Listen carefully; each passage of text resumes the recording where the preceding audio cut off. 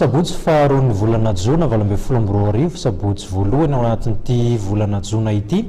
dia ampitiavana indray tompolasy tompoko vavy no itsidihana ny tokantranonao ary dia anasananao ihany koa ny anaraka ny fampahalalam-baovao hatramin'ny farany indray ny fihetsiketsehana eto amin'ny firenena sy ny zava-niseho teny amin'ny kianjan'ny 13 Mey ny akon'izay no anomboantsika ny fampahalalam-baovao miombona tanteraka amin'ny tanjony efa napetraka ny tany am-piandohana ny solombavam-bahoaka ho an'ny fanovana na dia avy amin'ny hery samy hafa azy izy ireo misy ihany koa ny lamina efa niraisana hevitra amin'ny fanendrenan'ny prime ministre ho an'ny maro anisa zany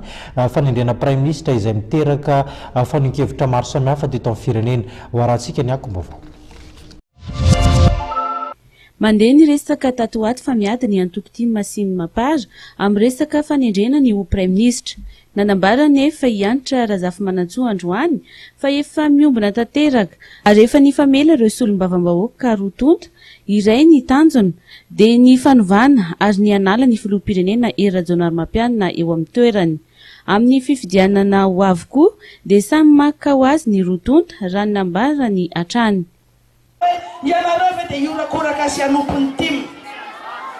fa izao no tenenina amin'ny olona rehetra ho anareo pomba ny président Ravalomanana ho anareo pomba ny président Mapara Andry Rajoelina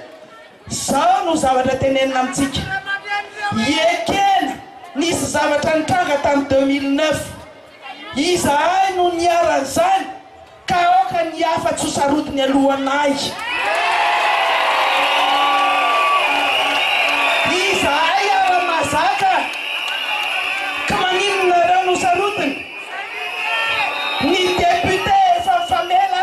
ary tsy ratsy mifamela izahay tsy tonga teto amin'ny 13 Mey ka aza reberebeny zany anareo izao sika miaraka fa rehefa mandeha ny fifidianana samy maka ho azy isika samy manana ny anitra ho azy sika rehetra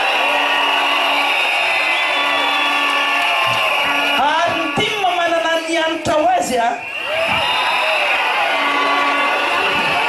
ka manana ny anitra nisiko. Nanambara ihany koa ity solombavam-bahoaka ity androany fa tsy maintsy avy amin'ireo no angalana izay ho prime ministre ary izy ireo ihany koa no ho ministre. Tsy anaiky mihitsy izay prime ministre ho tendrena ka tsy avy amin'ireo ny ho prime ministre. Nitoy androany ny hetsika natao tetsy amin'ny kianjan'ny 13 Mey ary mbola hitohitoy ny mahazatra.